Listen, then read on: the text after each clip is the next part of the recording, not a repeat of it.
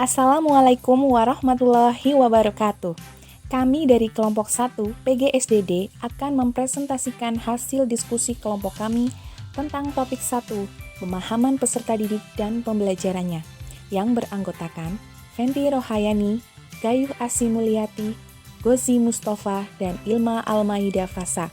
Di sini kami akan mempresentasikan hasil diskusi kami mengenai 3 kasus. Untuk kasus yang pertama akan disampaikan oleh saya, Ibu Fenty, dan Ibu Ilma. Untuk kasus yang kedua oleh Ibu Gayu, dan kasus yang ketiga oleh Bapak Gozi.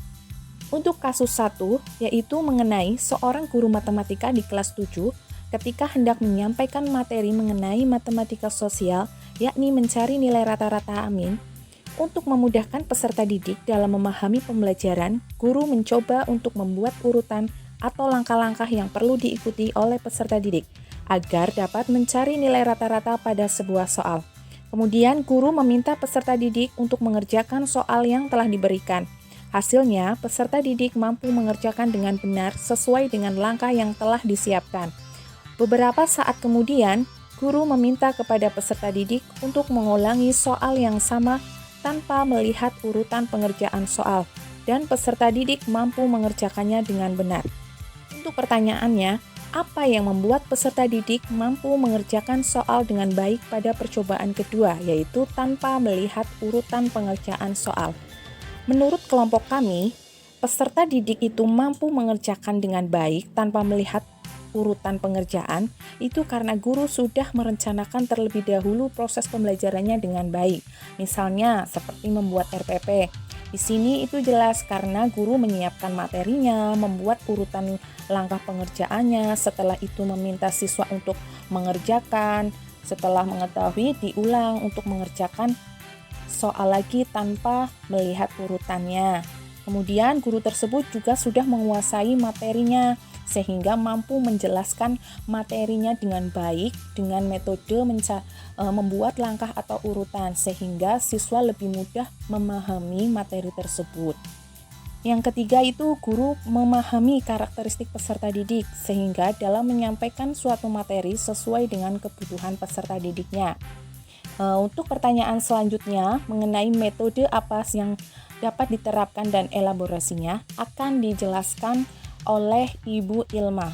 Kepada Ibu Ilma, kami persilahkan. Terima kasih atas kesempatannya. Menurut kelompok kami, metode yang digunakan yaitu metode mengajar dengan melatih siswa agar membutuhkan kreativitas untuk melatih fokus, ketelitian, kecepatan dan ketepatan dengan menerapkan teori konstruktivisme, yaitu pengetahuan yang telah diberikan guru kepada peserta didik dijadikan acuan utama atau elemen dasar. Setelah itu, guru meminta kepada siswa untuk mengerjakan soal tanpa melihat acuan utama yang telah diberikan guru agar siswa bisa bereksplorasi tentang soal rata-rata sehingga menumbuhkan kreativitas, kemandirian dan inisiatif pada siswa dalam belajar. Selanjutnya kasus 2 akan dibacakan oleh Ibu Gayuh. Kepada Ibu Gayuh kami persilahkan. Baiklah teman-teman, memasuki kasus kedua. Di sini ada salah satu seorang guru yang bernama Ibu Rina. Ibu Rina adalah seorang guru di kelas 1 SD. Sebagian besar peserta didiknya belum bisa berhitung dengan lancar. Ibu Rina sedang memikirkan cara yang sesuai untuk membantu setiap peserta didiknya menyelesaikan tantangan belajarnya.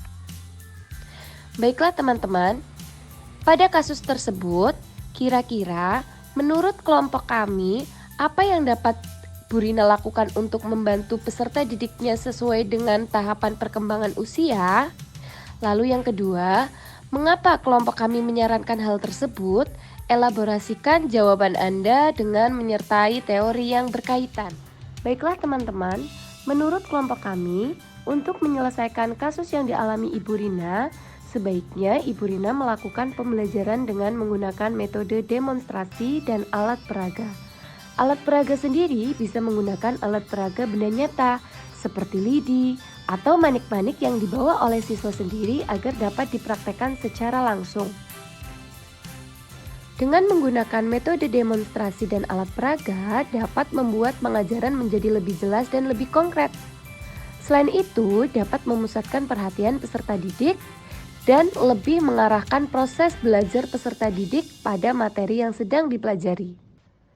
Teori Siti Adha dan kawan-kawan, alat peraga adalah satu di antara beberapa cara untuk mengaktifkan siswa berinteraksi dengan materi ajar. Diperlukan sesuatu alat bantu yang disebut alat peraga.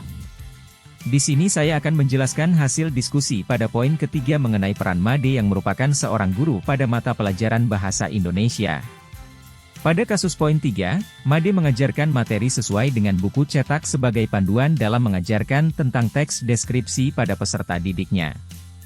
Seperti, memberikan contoh teks deskripsi sesuai dengan buku tentang bangunan-bangunan pencakar langit yang ada di ibu kota.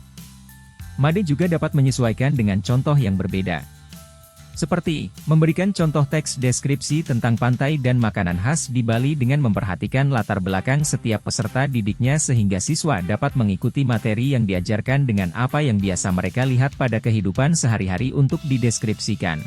Menurut kelompok kami, prinsip yang Made gunakan dalam pembelajaran adalah prinsip studi kasus, di mana Made menyesuaikan dengan contoh yang selalu siswanya lihat untuk dideskripsikan.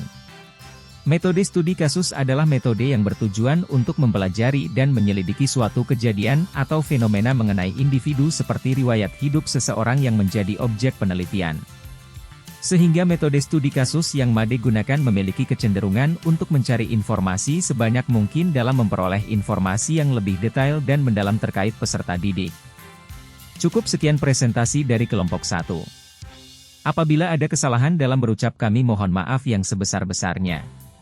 Terima kasih. Wassalamualaikum warahmatullahi wabarakatuh.